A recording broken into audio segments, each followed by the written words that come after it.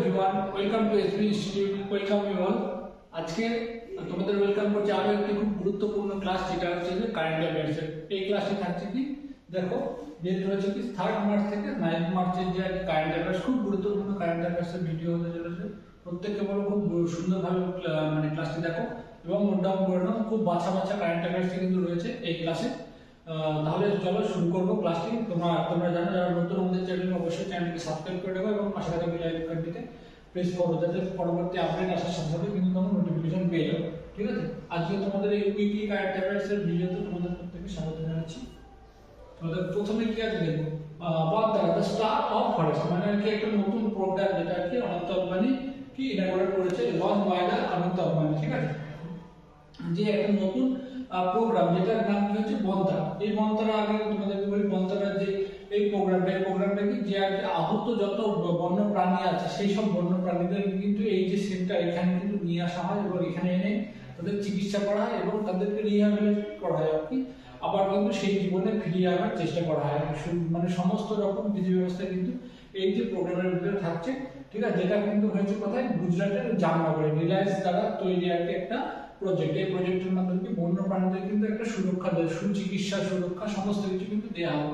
আর এই প্রজেক্টে কিন্তু শুধু যে আর কি যে শুধু যে আহত প্রাণীদের চিকিৎসা হয়, সমস্ত প্রাণীদেরই কিন্তু এখানে চিকিৎসা হয়। ঠিক আছে, এটা কিন্তু একদম সম্পূর্ণ ফ্রি অফ কস্ট। এটা মানে একটা প্রজেক্ট যেটা আর কি মানে রিলায়েন্স ইন্ডাস্ট্রি যেটা আর কি জনসেবার কারণে আর কি করছে আর কি। ঠিক আছে, দেখো যেটার নাম দিয়ে দেওয়া হচ্ছে Vantara star of forest programme.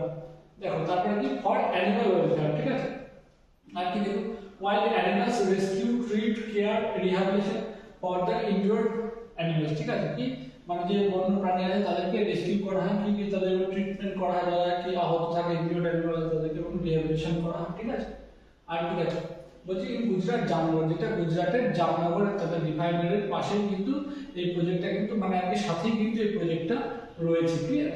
দেখো তাহলে আমরা কি পেলাম, প্রিভিয়াসে দেখো ভালো করে আরেকবার রিকল করো। বলছে লঞ্চ বাই দ্য অনন্ত আম্বানি, এটা কি এই প্রজেক্ট রিলায়েন্স ইন্ডাস্ট্রি দ্বারা যে একটা নতুন একটা প্রজেক্ট করা হয়েছে যে অ্যানিমাল ওয়েলফেয়ারের জন্য, তার নামটা কি, তার নামটা হচ্ছে বনতারা। ক্লিয়ার? আর এটা কোন রাজ্যের, মানে ভারতের কোন রাজ্যে যদি বলে তাহলে কিন্তু সেটা হচ্ছে গুজরাটে হবে। ক্লিয়ার? এখানে কি করা হয়, প্রধান কাজটা হচ্ছে কি, যে আহত অ্যানিমালদেরকে কিন্তু, আহত বন্য পশুদেরকে কিন্তু এখানে চিকিৎসা করা হয়। ঠিক আছে, তারপর দেখো Russia launches the Iran satellite, মানে রাশিয়া কি ইরানের যে স্যাটেলাইট কিন্তু সেটা কিন্তু তাদের রাশিয়ার রকেটে করে কিন্তু কি স্পেসে পাঠিয়েছে। ঠিক আছে, তাহলে কি ইরান সাহায্য নিয়েছে রাশিয়ার, যার মাধ্যমে কিন্তু তাদের আর কি স্যাটেলাইট কিন্তু পাঠিয়েছে মহাকাশে। ক্লিয়ার? তাহলে দেখে নেবো সেই স্যাটেলাইটটার নাম কি।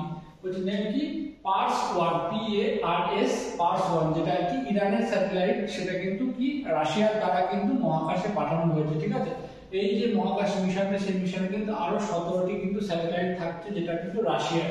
ঠিক আছে, টোটাল আর কি আরো 17টি কিন্তু স্যাটেলাইট থাকছে। বুঝে গেল?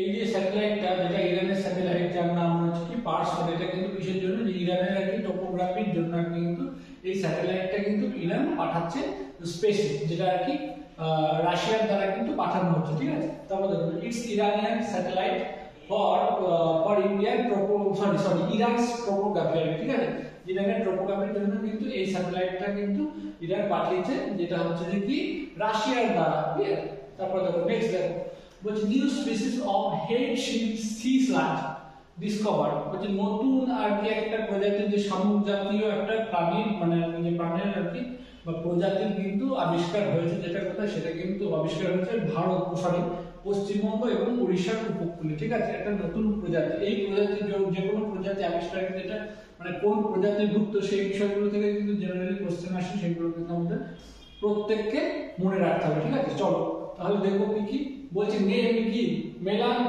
ভালো করে উচ্চারণ করতে হবে। দেখো মেলানোক্লামিয়াস। ঠিক আছে, মেলানোক্লামাস। ঠিক আছে, সরি মেলানোক্লামাস কি দ্রৌপদী। দেখো এই যে এটা কিন্তু এই যে মেলানোক্লামাস স্পিসিসের কি মানে জেনাসেরই কিন্তু একটা প্রাণী, কিন্তু যাদেরকে আর কি আমাদের যে ভারতের 15তম রাষ্ট্রপতি দ্রৌপদী মুর্মু তার নামের সঙ্গে কিন্তু মিশিয়ে কিন্তু এদেরকে একটা নতুন নাম রাখা হয়েছে, সেটা হচ্ছে মেলানোক্লামাস দ্রৌপদী। কি তারপর বলছি coast of Odisha and West Bengal, মানে কি মানে উড়িষ্যা এবং পশ্চিমবঙ্গের উপকূলেই কিন্তু এই প্রজাতিটাকে কিন্তু পাওয়া গেছে। ইটস দ্য কি মেলানোক্লামাস জিনাস স্পিসিস, মানে কি এটা কোন জিনাসের স্পিসিস ভালো করে দেখতে হবে। এটা হচ্ছে যে মেলানোক্লামাস জিনাসের কিন্তু একটা স্পিসিস, তাই তো, মেলানোক্লামাস জিনাসের। এটা কি এই জায়গাগুলো থেকে কিন্তু কোশ্চেন দেওয়ার সম্ভাবনা থাকে, ঠিক আছে। এর নামটা কি, যদি নামের যদি কথা তাহলে মেলানোক্লামাস দ্রৌপদী। আর কি কোন কোস্টে আর কোথায় পাওয়া গেছে, উড়িষ্যা এবং পশ্চিমবঙ্গের উপকূলে কিন্তু এই যে নতুন প্রজাতির একটা জীব সেটাকে কিন্তু পাওয়া গিয়েছে, ঠিক আছে। New species of head shield sea slug, clear. চলো আর কি ডিসকভারড বাই দা, একটা পয়েন্ট রয়েছে, ডিসকভারড বাই দা কি জেএসআই সায়েন্টিস্ট, অর্থাৎ জিওলজিক্যাল সার্ভে অফ ইন্ডিয়ার সায়েন্টিস্টদের দ্বারাই কিন্তু এই প্রজাতিটাকে কিন্তু আবিষ্কার করা হয়েছে, ক্লিয়ার। তারপর চলো ইন্ডিয়া মালয়েশিয়া মেরিটাইম এক্সারসাইজ, ঠিক আছে। ভারত এবং কি মালয়েশিয়ার একটা কি যৌথ মহড়া, যৌথ কি মহড়া, যৌথ উপকূল বাহিনীর মহড়া, ক্লিয়ার। ইন্ডিয়া এবং কি মালয়েশিয়া দুটি মানে কি এটা কি দ্বিপাক্ষিক মহড়া। প্রত্যেকটা মহড়া কিন্তু খুব ভালো করে পড়তে হবে, প্রত্যেকটা ক্লাসে তোমাদের বলি মহড়াগুলো কিন্তু খুব ভালোভাবে কিন্তু তোমাদের পড়ে যেতে হবে ক্লাসে। বলছি ইটস থার্ড এক্সারসাইজ, এটা কি এটা তৃতীয় মহড়া, ঠিক আছে। এটা তাহলে তৃতীয় মহড়া কেমন, ইন্ডিয়া এবং মালয়েশিয়ার ভিতরকার ইন্ডিয়া এবং মালয়েশিয়ার যে একটা মেরিটাইম এক্সারসাইজের ভিতরে থার্ড এক্সারসাইজ, তৃতীয় মহড়া। এটার নাম কি সমুদ্র কি লক্ষ্যমান, সমুদ্র লক্ষ্যমান। এটা একটা নতুন আর কি যে সরি তৃতীয় আর কি এক্সারসাইজ, মেরিটাইম এক্সারসাইজ বা সমুদ্র। তাহলে কোন দুটি দেশের, ভারত এবং মালয়েশিয়ার ভিতরকার ভারত এবং মালয়েশিয়ার উপকূল বাহিনীর এটা তৃতীয় এক্সারসাইজ, যার নাম কি সমুদ্র লক্ষ্যমান। আর কি between India and Indian navy, আর বিটুইন কি বলছি ইন্ডিয়ান নেভি ভারতীয় কি নৌসেনা আর কি রয়্যাল মালয়েশিয়ান নেভি, অর্থাৎ এই দুই দেশের মধ্যে। তাহলে কি ইন্ডিয়ান নেভি যদি বলে কোন দুটি সেনার মধ্যে হয়েছে, তাহলে কিন্তু যে ভারত এবং মালয়েশিয়া এই কথা, তাহলে কিন্তু হবে রয়্যাল মালয়েশিয়ান নেভি আর কি ইন্ডিয়ান নেভি, এই দুই দেশের নৌবাহিনীর মধ্যে কিন্তু এই যৌথ বা দ্বিপাক্ষিক মহড়াটি কিন্তু হয়েছে। হেল্ড ইন বিশাখাপত্তনম অন্ধ্রপ্রদেশ, ঠিক আছে। যেটা কথা হচ্ছে অন্ধ্রপ্রদেশের বিশাখাপত্তনমে কিন্তু এই মানে দ্বিপাক্ষিক সৈন্য মানে দ্বিপাক্ষিক নৌবাহিনীর মহড়াটা কিন্তু অনুষ্ঠিত হয়েছে। কত তারিখ থেকে কত তারিখ, 28 ফেব্রুয়ারি টু 2 মার্চ, অর্থাৎ 28 ফেব্রুয়ারি থেকে কি 2রা মার্চ, কিন্তু এই সময়ের মধ্যে কিন্তু এই যে দ্বিপাক্ষিক মালয়েশিয়া এবং ভারতের যে দ্বিপাক্ষিক মহড়া সেটা কিন্তু অনুষ্ঠিত হয়েছে। যেটা কোথায় হয়েছে, অন্ধ্রপ্রদেশে বিশাখাপত্তনম, ক্লিয়ার। এটা কততম, এটাতে তৃতীয়তম, আর এর নামটা কি সমুদ্র লক্ষ্যমান, ক্লিয়ার। চলো নেক্সট দেখো ডব্লিউটিও নিউ মেম্বার্স, অর্থাৎ দেখো যে ওয়ার্ল্ড ট্রেড অর্গানাইজেশনের কিন্তু নতুন মেম্বার মানে আর কি সংযুক্ত হয়েছে, ঠিক আছে। প্রত্যেকটা জিনিস দেখো এবার আরেকবার বলবো, প্রত্যেকটা জিনিস কিন্তু খুব ভালো করে পড়তে হবে। আর আমরা কিন্তু চ্যানেলে ওই যে মানে ঘুরি ঘুরি কারেন্ট অ্যাফেয়ার্স দেওয়া সেরকম না, যতগুলি আর কি যে আমরা বলবো না যে এটাই সমস্ত কমপ্লিট হয়ে যাবে, কিন্তু খুব বাছাই করা কারেন্ট অ্যাফেয়ার্সই কিন্তু ক্লাসে দেওয়ার চেষ্টা করি আমরা।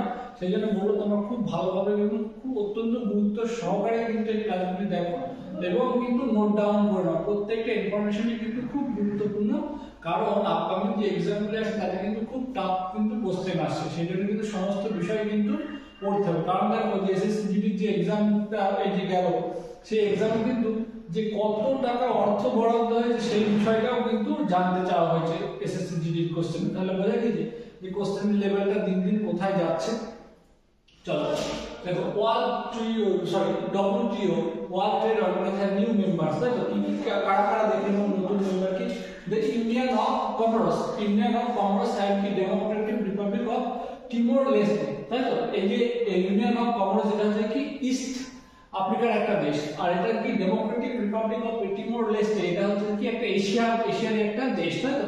এই দুটি দেশ কি হচ্ছে কি ওয়ার্ল্ড ট্রেড অর্গানাইজেশনে কিন্তু নতুন মেম্বারশিপ গ্রহণ করেছে বা সংযুক্ত হয়েছে ওয়ার্ল্ড ট্রেড অর্গানাইজেশনের সাথে।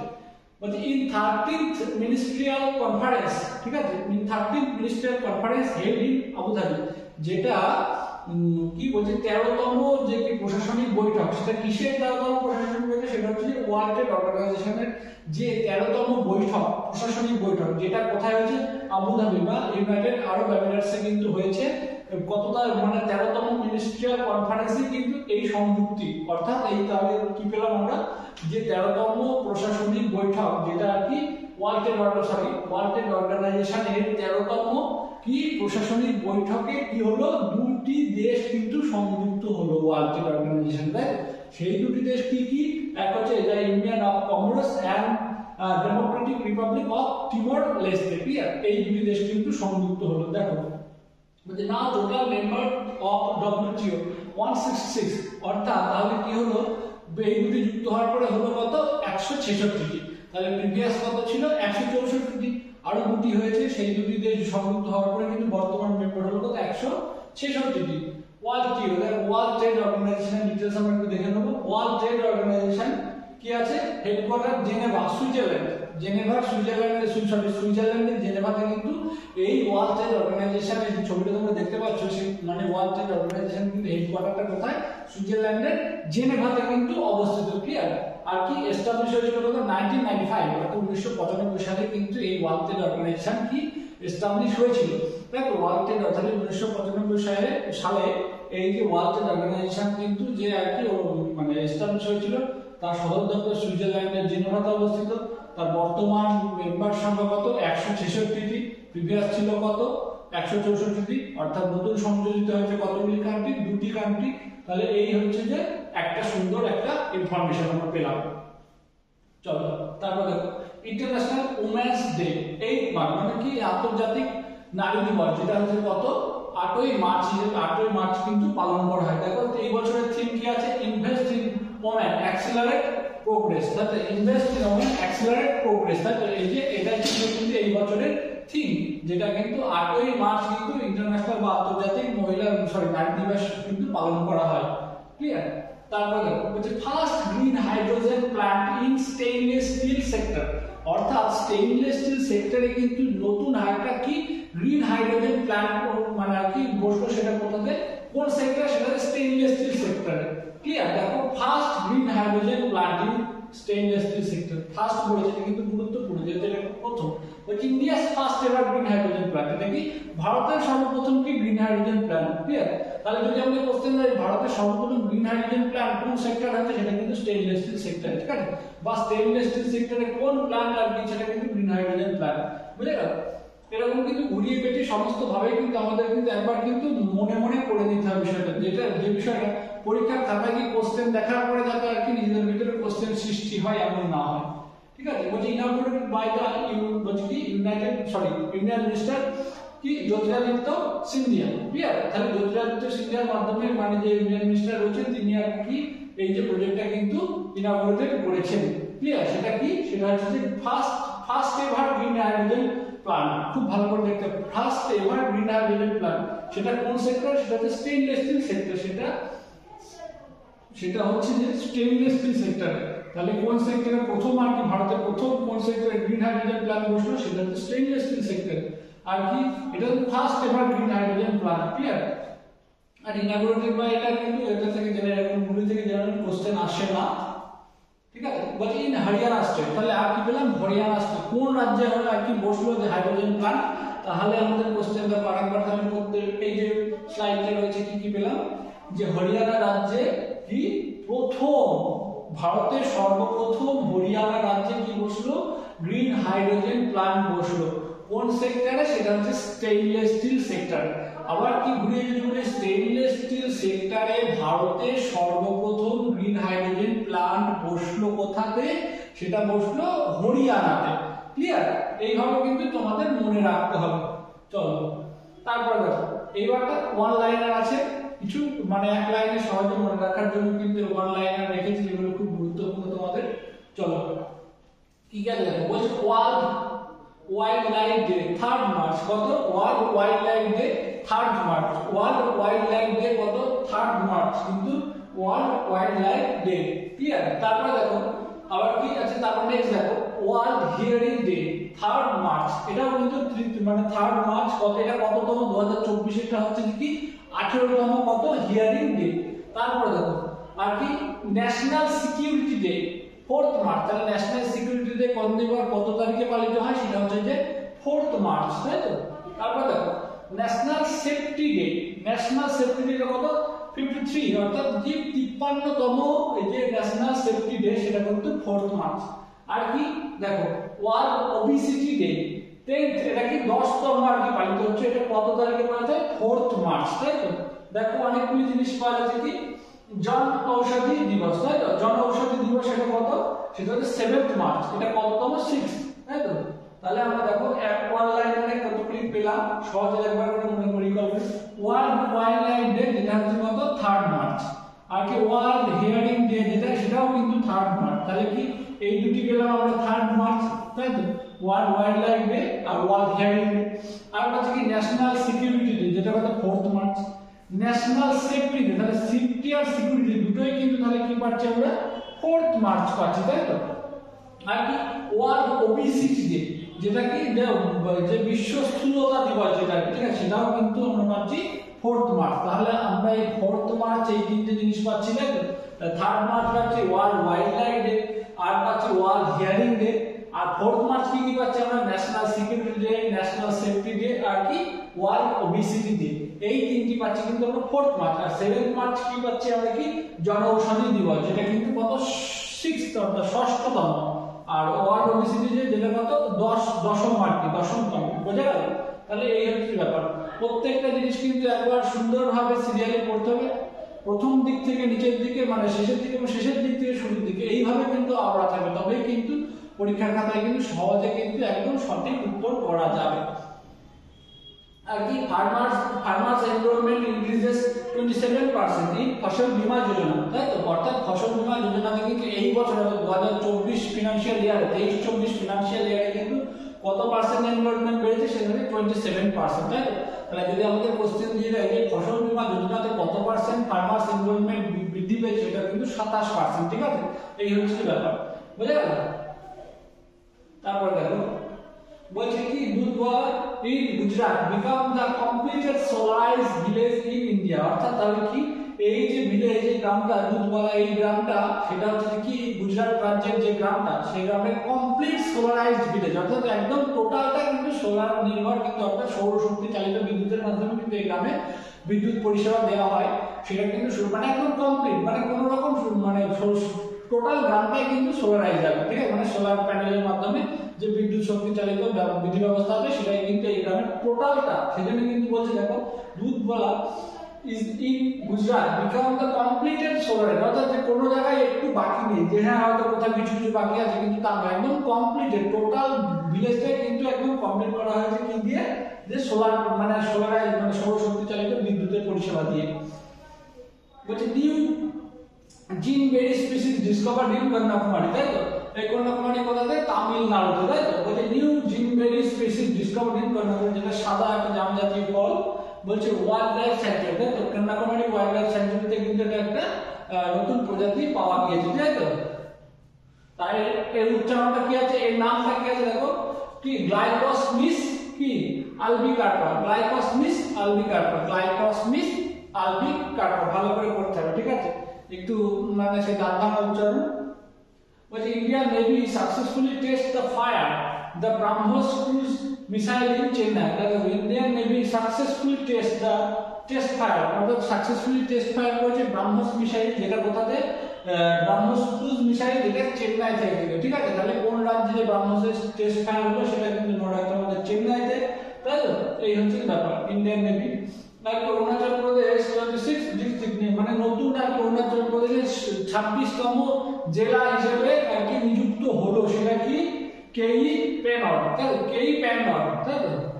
হ্যাঁ কেই পেনর, ঠিক আছে। এইটি হচ্ছে কি অরুণাচল প্রদেশের একদম তাহলে কি নতুনতম ডিস্ট্রিক্ট, তাহলে কিন্তু এটা হবে আমাদের কেই পেনর, ঠিক আছে। চলো দেখো আজকে ক্লাস এখানেই আমি শেষ করছি, কারণ হচ্ছে যে আজকে এগুলোই ছিল তোমাদের আর কি এই সপ্তাহের, এই উইকের কিন্তু কারেন্ট অ্যাফেয়ার্স।